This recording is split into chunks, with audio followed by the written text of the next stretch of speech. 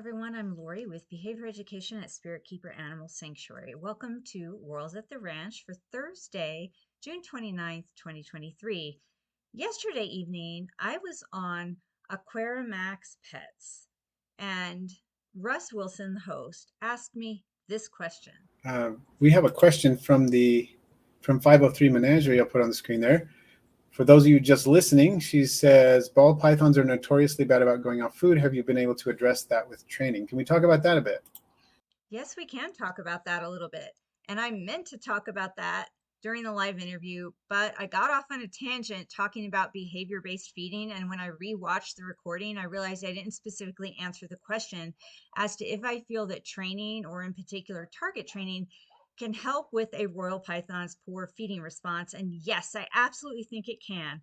Once a royal python, or any snake, but specifically, I think why this helps with royals, is once they associate that target with food, whether you're using it classically and just pairing the target with food and using the target as a signal that food's coming, or whether you're doing an operant behavior with it, the snake starts to associate the target with food, and it activates that seeking drive. It activates a hunting response.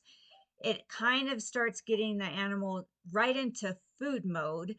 And that's something you hear talked about a lot by royal python keepers and snake keepers in general, is feeding mode or food mode.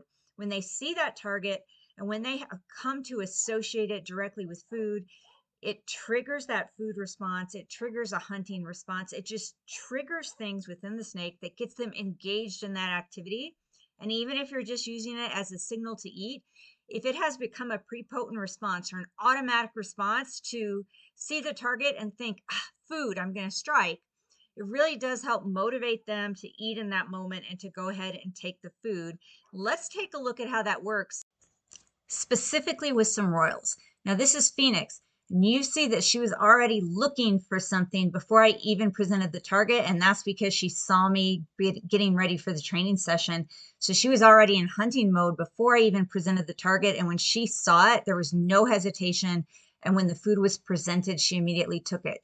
This is a moon doing the same thing. By the time I was actually ready to start the official session, he was already geared up and ready to receive that reinforcement. Now, this is Fulcrum, and he is doing the same thing. He saw me getting the tripod and the camera set up. He saw me getting the target and the other training equipment out. And so he was already out and looking. And when I opened that door, he was already coming for the door. And when I presented the target, he didn't hesitate to come towards it. And then you can see that he's already looking for the reinforcer. He's already looking for that food.